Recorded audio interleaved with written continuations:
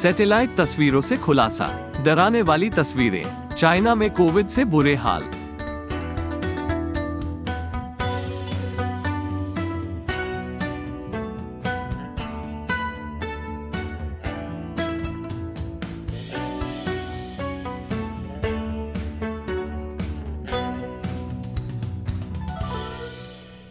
China uncensored में आपका स्वागत है।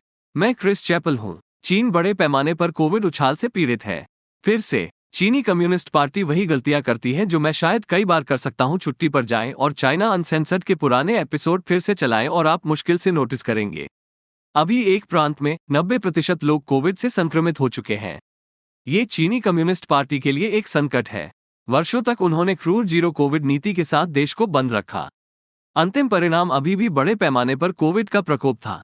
इसलिए उन्होंने लाखों लोगों को पीड़ा से बचाने के नाम पर पीड़ित किया। हाँ, साम्यवाद जैसा लगता है, ठीक है। अब ध्यान रखें, विश्व स्वास्थ्य संगठन का कहना है कि मामलों का मौजूदा विस्फोट जीरो कोविड के परित्याग का नतीजा नहीं है। पार्टी द्वारा जीरो कोविड के समर्थन से पहले मौजूदा उछाल हो रहा था। पार्टी ने शून्य कोविड उपायों को यथावत रखने की क्षमता खो दी है। तो पार्टी ऐसी थी, अरे चलो ऐसा दिखावा करते हैं कि यह हमारी गलती नहीं थी, और जब तक हम इस पर हैं, चलो बस दिखावा करते रहें कि तियानमेन स्क्वायर कभी नहीं हुआ और जिनजियांग में कोई नरसंहार नहीं हो रहा है। मुझे यकीन नहीं है कि चीन एशिया में स्थित है या मेक बिलीव की भूमि में। पार्टी मृतकों की वर्तमान संख्या के बारे में झूठ बोल रही है, जैसा कि पार्टी ने पूरी महामारी के दौरान किया। आधिकारिक संख्या ने देश भर में मरने वालों की संख्या 5200 बताए। ये 3 वर्षों में पूरी महामारी के लिए है। ये स्पष्ट रूप से झूठ है। अंतर्राष्ट्रीय विशेषज्ञों द्वारा किए गए अनुमानों ने वास्तविक मृत्यु दर को प्रत्येक दिन 5000 लोगों के करीब रखा है। कुछ मॉडल का अनुमान है कि इस साल चीन में कोविड से 10 लाख से अधिक लोगों की मौत होगी। ऐसा क्यों हो रहा है? इसके कई कारण हैं। सबसे पहले, शीर्ष चीनी अधिकारियों के अनुसार चीनी टीके बहुत प्रभावी नहीं हैं। और ये देखते हुए कि वे कितने साहसपूर्वक झूठ बोलते हैं, जब शीर्ष चीनी अधिकारी कहते हैं कि उनके टीके बहुत प्रभावी नहीं हैं, तो इसकी संभावना है क्योंकि यह वास्तव में सिर्फ गेटरेड है। पता चला इलेक्ट्रोलाइट्स केवल इतना ही कर सकते हैं। लेकिन सेंट लुइस में Washington university school of medicine में पैथोलॉजी और इम्यूनोलॉजी के प्रोफेसर माई हे के अनुसार मुख्य समस्या यह है कि जीरो कोविड के कारण अधिकांश चीनी लोगों की प्रतिरक्षा प्रणाली को ठीक नहीं किया गया है। काउंसिल ऑन फॉरेन रिलेशंस में वैश्विक स्वास्थ्य के वरिष्ठ फेलो यानजोग हुआन के अनुसार चीन को 2021 के वसंत तक अपने कोविड नियंत्रण उपायों पर बहुत गर्व था। लेकिन अब इसे देखें, सब कुछ बिखर गया है और इसका महामारी प्रतिक्रिया मॉडल हंसी का पात्र बन गया है। यह न केवल नेताओं को बल्कि स्वयं शासन की वैधता को प्रभावित करने वाला है।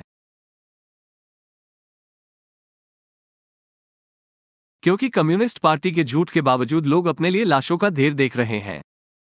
और अब नई उपग्रह इमेजरी हमें एक संकेत देती है कि यह कितना खराब है। मैं आपको ब्रेक के बाद और बताऊंगा। वापसी पर स्वागत है। चीन में कोविड बढ़ रहा है।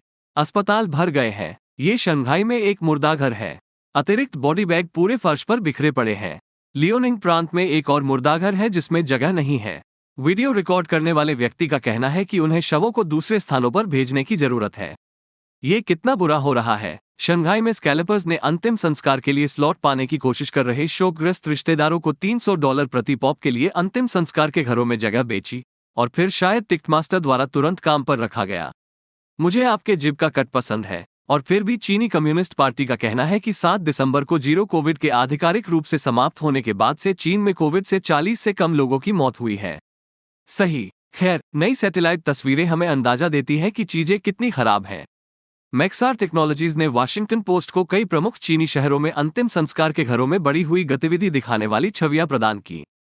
एक अंतिम संस्कार गृह रिसेप्शनिस्ट ने पोस्ट से संपर्क किया, ने कहा, मैंने यहाँ 6 साल तक काम किया है और यह इतना व्यस्त कभी नहीं रहा। फोन मूल रूप से बजना बंद नहीं हुआ है। उसने कहा कि उनके फ्रीजर भरे हुए थे और उनके 8 भस्मक 24/7 काम कर रहे थे। और अगर आप सोच रहे थे, हाँ यह असामान्य है, और याद रखें, वो सिर्फ एक अंतिम संस्कार पार्लर है।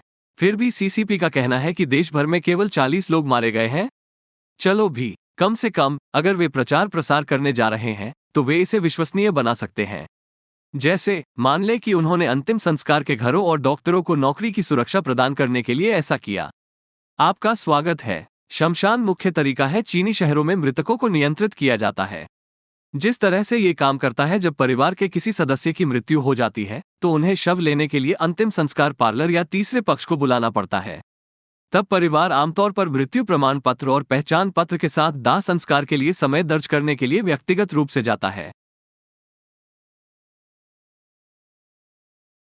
इसलिए यह महत्वपूर्ण है कि बीजिंग के इस फ्यूनरल पार्लर को बढ़े हुए ट्रैफिक को संभालने के लिए एक नया पार्किंग स्थल बनाना पड़ा। अंतिम संस्कार गृह के कर्मचारी ओवरटाइम काम कर रहे थे, एक दिन में 150 शवों का दाह संस्कार कर रहे थे। शंघाई के उत्तर पश्चिम में एक प्रमुख शहर नानजिंग की यह तस्वीर भी वाहनों की भीड़ को दिखाती है। और पास के अंतिम संस्कार के घर से फुटेज सफेद वैन की एक लंबी कतार दिखाती है जो आमतौर पर शवों के रूप में इस्तेमाल की जाती है। इसके अलावा ये कितना चौंकाने वाला और गंभीर है। कल्पना कीजिए कि ये सभी अतिरिक्त शमशान हवा की गुणवत्ता के लिए क्या कर रहे हैं। ये काफी खराब था जब स्मॉग वाहनों और जलते कोयले से था। अब लोग मामा की सांस ले रहे हैं। मुझे लगता है कि यह इस शो के इतिहास का सबसे काला मजाक हो सकता है कि कितने बुरे हालात हैं। यहाँ यूनान प्रांत के कुनमिंग में एक अंतिम संस्कार गृह है। आप ट्रैफिक में वृद्धि और बाहर कतार में खड़े लोगों की भीड़ देख सकते हैं। और वीडियो सामने आया कि सुविधा में कितनी भीड़ थी।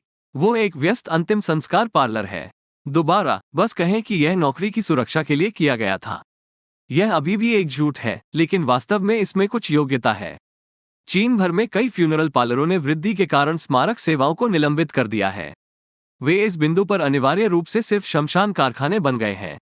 इस बीच सरकार की कोरोना वायरस प्रतिक्रिया टीम के एक शीर्ष सलाहकार लियांग वानियन ने कहा, ये लहर के बाद ही है जब हम मामले की मृत्यु दर और मृत्यु दर की अधिक सटीक गणना कर सकते हैं।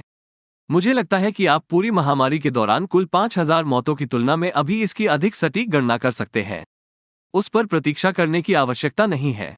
लेकिन एक बात पक्की है, चीनी शासन चीजों को छिपाता रहेगा, भले ही यह उन्हें मार डाले। बार बार उज्ज्वल पक्ष पर इन सभी दोहरावों के साथ शायद इसका मतलब है कि मुझे आखिरकार छुट्टी मिल जाएगी। और चाइना अनसेंसर्ड आपके जैसे दर्शकों के समर्थन के बिना संभव नहीं होगा। या तो लाइक और सब्सक्राइब करके, शो को दोस्तों और परिवार के साथ साझा करके, या इनमें से किसी एक को खरीदकर। मैंने चीन में जातीय सफाई के लिए आंखें मूंद ली और मुझे जो कुछ मिला वह था ये हमारे मर्चेंट स्टोर से थोड़ी सस्ती टी शर्ट है। उन्हें नीचे दिए गए लिंक से खरीदें। और निश्चित रूप से उन सभी को विशेष धन्यवाद जो हमारे विशेष सोशल मीडिया प्लेटफॉर्म लोकल पर सीधे समर्थन देते हैं।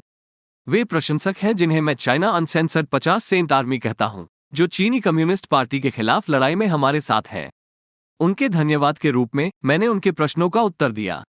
ड्रंक फ्लाइगॉन पूछता है, आपके द्वारा यहाँ चलाए जाने वाले शो से प्यार है और स्थानीय लोगों की मदद करने में खुशी है।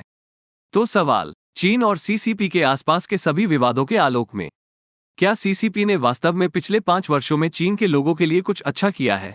अब यह एक बहुत ही रोचक प्रश्न है। हालांकि मैं पिछले 5 वर्षों में इसका विस्तार करूंगा। क्या सीसीपी ने चीन के लिए कुछ अच्छा किया है? अब ये कम्युनिस्ट पार्टी के प्रचार का एक प्रमुख हिस्सा है। 50 और 60 के दशक में चीन को देखना मुश्किल है और यह नहीं सोचना कि आज चीजें इतनी बेहतर हैं। हालांकि चाल यह है कि कम्युनिस्ट नीतियों के कारण चीन में इतने लंबे समय तक चीजें खराब थीं। एक बार जब पार्टी सांप्रदायिक और राज्य द्वारा संचालित कार्य इकाइयों जैसी चीजों से पीछे हट गई और लोगों को वास्तव में व्यवसाय शुरू करने और पैसा बनाने की अनुमति दी, तो चीजें भौतिक रूप से बेहतर होने लगीं। हालांकि आमतौर पर जिन लोगों ने वास्तव में बहुत पैसा कमाया वे पार्टी के सदस्य और उनके परिवार थे। आपका औसत झो नहीं। देखो, वहां मैंने क्या किया था। मैं बहुत चालाक हूं। लेकिन चीनी शासन ने चीन में आने वाले बहुत से विदेशी निवेश का उपयोग अपने उत्पीड़न की व्यवस्थाओं, जन निगरानी, इंटरनेट सेंसरशिप और एक विशाल पुलिस बल को वित्तपोषित करने के लिए किया, क्योंकि अंततः पार्टी का एकमात्र उद्देश्य अपनी सत्ता को सुरक्षित करना है। यदि चीनी लोगों के पास स्वतंत्रता और कानून का शासन होता तो चीन कैसा होता? इसकी तुलना में सीसीपी के तहत जीवन सबसे अच्छा है कि चीन क्या हो सकता है। आपके प्रश्न और आपके समर्थन के लिए धन्यवाद ड्रिंक फ्लाइगॉन, और देखने के लिए धन्यवाद। यदि आप चाइना अनसेंसर्ड का समर्थन करना चाहते हैं तो आप chinauncensored.locals.com पर एक छोटे से मासिक योगदान के साथ कर सकते हैं। लिंक नीचे है। चाइना अनसेंसर्ड आपके समर्थन के बिना मौजूद नहीं होगा। एक बार फिर मैं क्रिस चैपल हूं। अगली बार मिलते हैं।